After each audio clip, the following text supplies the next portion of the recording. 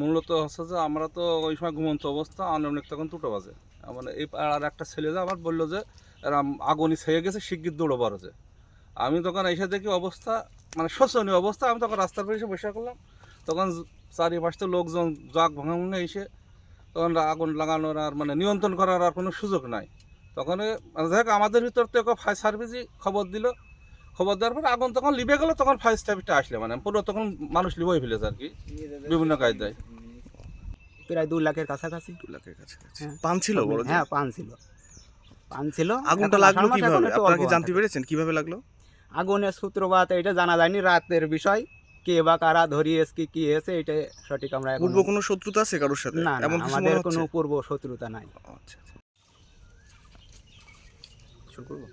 আচ্ছা, এখানে টোটালি সবাই প্রায় গরিব, খেটে খাওয়া মানুষ। সবারই কষ্ট করে লোন টোন নিয়ে এগুলো করে কিন্তু বরজ করা। তারপরেও কালকে রাত্রে হচ্ছে প্রায় 2টার দিকে আমরা টের পাই যে আগুন লেগেছে। তো এখানে যতটুকু ছিল বরজের পরিমাণ প্রায় সবটাই পুড়ে গেছে। আমরা চেষ্টা করছি নিভানোর, কিন্তু পারিনি। তারপরও শেষের দিকে ফায়ার সার্ভিস আসে।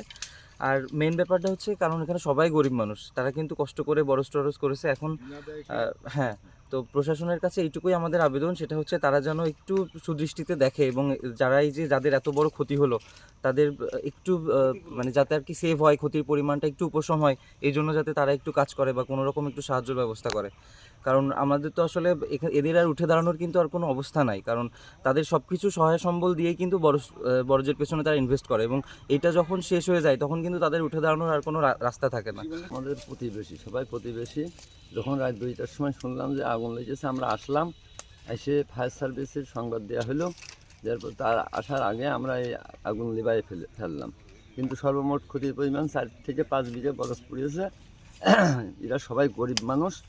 আমি বলবো, প্রশাসনের দৃষ্টি আকর্ষণ করে বলবো, ডিসি স্যার এবং ইউনো স্যার, ওনাদেরকে বিনয়ের সহিত আমরা গ্রামবাসী অনুরোধ করব যে ইনাদের যে ক্ষতিটা হয়েছে এই ক্ষতি যেন একটু পূরণ করার ব্যবস্থা ওনারা করেন।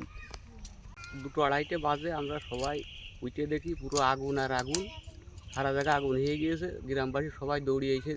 তারপরে আমরা আগুন নিয়ন্ত্রণে আনি।